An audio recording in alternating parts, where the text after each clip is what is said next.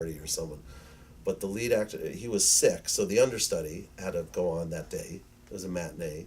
His name was Harry Goz, Goz, and I shot a picture of him. He did this one speech. I'd seen the show a million times, so I knew where all the laughs were, and he was giving a speech, and it was right near where me and my dad were standing, because my dad used to call all the lighting cues just off stage right, and during the speech, when he got a big laugh, I snuck one picture during the laugh so no one could hear the camera go off. Right. And I developed that, and the shot came out really well. And I still have the original transparency. And I made a print, a 5x7 print for my dad to give to Harry, who really liked it and sent my dad home with this big pile of photography books that he had. He just happened to have. And that's how I learned photography. I devoured those books in a weekend, and the rest is history. How old were you at the time? Maybe 13 or 14. Perfect age for that. Yeah. Yeah. Kind of before girls. Well, just around, yeah. Puberty had already hit. And as I like to say it, I was hit by a nuclear bomb delivered straight to my cortex by John Lennon on that fateful February night in 1964, where the Beatles were on Ed Sullivan. So that was, my life changed in an hour, literally in an hour on a Sunday night. Before that, what are the Yankees doing? And Mickey Mantle hit any home runs? Blah, blah, blah. I mean, I grew up in New York, so I was a huge Mickey Mantle fan. And the highlight of my first 10 or 11 years was probably meeting Mickey Mantle. My dad knew a PR guy for the Yankees, and one thing led to another, and I was taken to meet Mickey Mantle. And it's funny, I haven't told the story in a long time. I get taken down to Yankee Stadium, and coincidentally, that day, that Sunday, he was on the cover of the New York Daily News magazine. And this had to be 1962, I guess. So I would have been 10. And before the game, they're taking batting practice and this and that, and I'm taken down to the front row. And all of a sudden, all I remember is this big hulking guy in a Yankees uniform coming to shake my hand, and I don't remember what he said. I mean, hi, I'm Mickey, how you doing? I'm sure it was that, but I remember nothing. I remember the feeling of, oh my God. It's funny because I had the same feeling when I met Deborah Norville 30 years later. Always had a big crush on her. But that was my life until the night the Beatles were on Ed Sullivan. And the next day, by Meet the Beatles, we're actually in Boston, me and my mom and dad, because my dad had my dad was was stage managing the National Company of Camelot. And I made my mom take me to Filene's basement, and we bought Meet the Beatles, my first album I ever bought. Now, what did you think about Freeman's photos on the front? The eclipse. I have one. I actually bought a print of that for Robert Freeman about 30 years ago, which, P.S., has just exploded in value. The stuff that I've bought, that I've collected, I never bought with an eye towards investment. I bought because I love the photos, and that's one of them. And I also bought a sepia tone Rubber Soul, but no, that photograph was. You know what was amazing about that cover? It was not the front photo, but on the back cover there was a smaller photo, and I always wanted to know what it was that John Lennon had said to Paul McCartney or vice versa that made them both laugh. Because obviously there was something going on in that photo. And I never met John Lennon, and I've met Paul McCartney a couple times. It never even occurred to me to ask him. But the photographs on all those albums were a big deal, because in those days we didn't have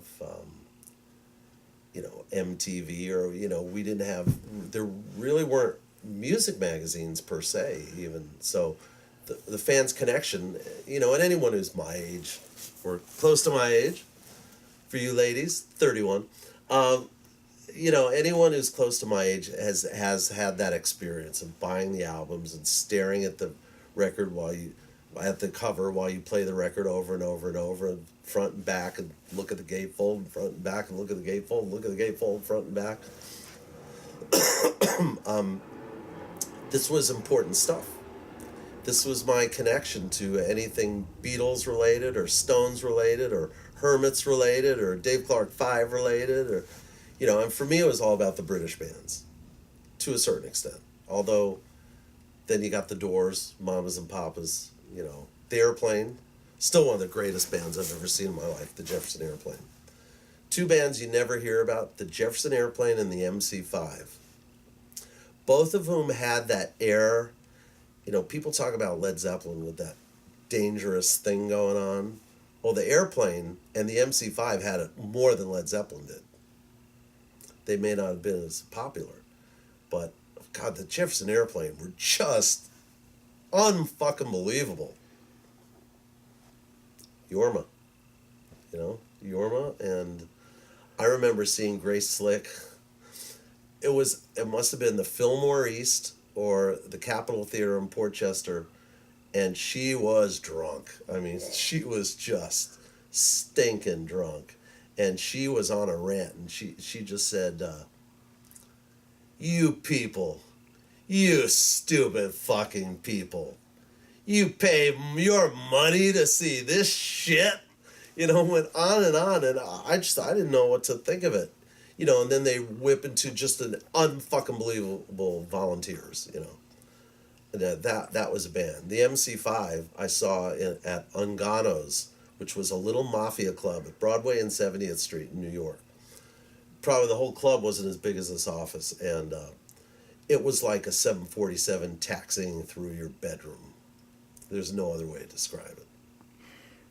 I like to say the two best shows I ever saw in my life: MC5 at Ungano's and The Who at Winterland, 76. I'll talk about the Winterland show, 76 Winterland show. Well, that was the night, 76 Winterland show, the Who played, and that was the night that, as I like to call it, Roger Daltrey tried to kill me. They were, let me back up. When The Who plays, the more there's a direct proportional relationship between how pissed off they are at whatever they're pissed off at nothing in particular, nothing and everything, and how good the show is. The more maniacal and fucked up Pete and Rod, just all of them, whatever's going on in their lives, they would bring it all onto the stage. And they must have been just really freaking out about shit, because this show was just a masterpiece. And being a Who fanatic, as I am, I'm in the zone. I'm shooting them. And I'm captivated. And Pete's on fire. I mean, Pete's never been on fire as much as he was on fire that night. And Roger's swinging the mic, and I see it's kind of getting a little close to my head, but it doesn't matter. I'm in the zone. I'm on fire. Pete's on fire. We're all on fire. And it's coming really close. What the hell, And all of a sudden, this roadie, 6'4", 280 pounds, middle linebacker type, comes out to the pit, and I'm the only one in there. Bear hugs me, picks me up, and moves me to the side. I'm like, what the fuck? And again, The Who is playing, so you can't really hear yourself. And he proceeds to tell me that Roger's stage monitors are cutting out, and he thinks that you're stepping on the cables and causing it. We know you're not, but he'll hit you with the mic. He's trying to get you out of there. So I basically came out to save your life. And he puts me down, and he goes back, and he grabs my stuff, throws it in my bag, and hands it off to me like an Emmett Smith handoff from Troy Aikman. And now what do I do? So, because I've been shooting the greatest show of all time, but now I can't go in front. So I went up in the back at Winterland, had this little balcony where you could shoot reverse shots, which means from stage angle looking out towards the audience. And that's when I shot that photo of Pete and Roger from up there. But before I got moved out of the pit, we'll do a cutaway for it. Before I got moved out of the pit, I shot the picture that was used on the cover of 30 Years Maximum R&B. So I got two prize winners that night. And not everything I shoot's a prize winner, far from it. I've shot more bad photos in my life than all photographers put together. Well, that comes to something that I was thinking about before when you were talking about the display at the Hard Rock. And, every shot is iconic in a way. I mean, obviously, each iconic shot, there were probably 15 or 20 or 50 that you threw away that weren't, the shot. But, by editing, knowing what you're looking for and what's really capturing the absolute best parts of that moment is an editing thing. Well, yeah, I mean, it's funny because the way I shoot, it's fairly obvious what the best photos are. And maybe it's just obvious to me, but I'm used to my style and I'm used to shooting the way I shoot. Any photographer that tells you, they call you up and they say, Stephen, I just shot the most iconic photo last night of so-and-so. I guarantee you they don't know what they're talking about, because you need the benefit of hindsight, 2020 being 2020, and time to know what's iconic and what's not. There's no way to tell. And it's not that all my photos appeared to me to be iconic on that wall. They looked different than anyone else's stuff. They absolutely look different. Now, I know a strong image when I see one. I know a weak image when I see one. I know that the photo of Freddie on stage at Wembley with the whole crowd in back of him, I know that's a strong image. Okay? I know the photo of Bruce on stage with all of Wembley in back of him is a strong image. The photo I shot of Bob Marley, which I barely remember shooting. I mean, the cream rises to the top fairly quickly, I think. Let me go back to February 9th, 1964. And, by that time you were already a couple of years into being a photographer or fooling around with a camera. What was the aha moment when you decided to put the camera together with the music and the rock and documenting that whole scenario? Well, I had a couple of buddies of mine, Kevin Spleed and Louis Gaudiosi, who were kind of my closest friends while I was growing up in Queens, and we were all photography buffs, and we decided to start taking our cameras to the local concert series. I don't remember what the first one went to was. They might have gone to one before I did, but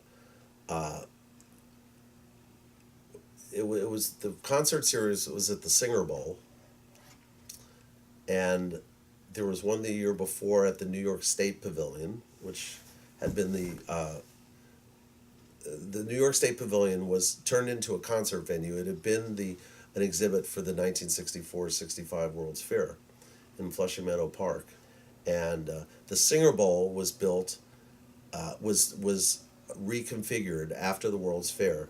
During the World's Fair, it was Singer Sewing Machines Pavilion, and after the World's Fair, it was configured as a tennis stadium. But before it was a tennis stadium, they spent a summer or two, doing concerts there. I was able to photograph Jeff Beck, who was opening. I think me and Kevin, or the three of us, were there, and somehow we finagled our way backstage, and I remember being in kind of in back of the stage, shooting up into light, shooting a picture of Jeff Beck, which is actually a really good photo now that I look at it. At any rate, we took a bunch of prints over to what we thought was the ticket office for this local concert series, figuring maybe we can get some free tickets, some free passes, you never know. And it turned out that the office we took these prints to, which was like 3 blocks from where we lived, was the office of the concert promoters, Gary Kurfürst and Shelley Finkel. And they started letting us into their concerts all over the city. And that's when it kind of happened. So that's like 65, 66? No. It's like 68. 68, okay. 68, yeah. So you're like senior in high school, I was junior just in high graduating? school. I was junior in high school. So, Yeah. so at what point did it become like a full-time gig? It became a full-time gig after I graduated high school because I decided not to go to college. And I had already been published in a couple little rock magazines here and there, and I had no desire to go to college and deal with all the liberal arts crap. Paul Simon wrote a famous song called Kodachrome, which starts out, when I think back of all the crap I learned in high school, it's a wonder I can think it all. Well, he went to my high school. Same high school, Forest Hills High. And I rest my case. A year and a quarter after I graduated high school, I moved to LA. So, which was the epicenter of everything that was music and beauty, if you ask me, I still don't miss New York. Now, you have a long-term relationship with Cameron Crowe.